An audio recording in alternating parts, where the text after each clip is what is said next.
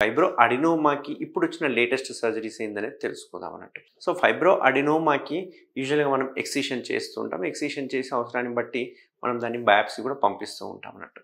So, excision చేసేటప్పుడు ఏం చేస్తామంటే చిన్న ఇంజెక్షన్ మన చిన్న కోత పెట్టేసి ఆ కోత నుంచి మనము ఆ ఫైబ్రో అడినోమాని రిమూవ్ చేయడం జరుగుతుంది. మన టీఆర్‌హెచ్‌లో చేసేది ఏంటి అంటే ఏరియోలా నిప్పుల దగ్గర ఉండే ఏరియోల దగ్గర ఇన్సిషన్ ఇచ్చి దాన్ని తీసేయడం వల్ల ఎటువంటి స్కార్ అనేది ఫార్మ్ కాకుండా ఉంటుంది.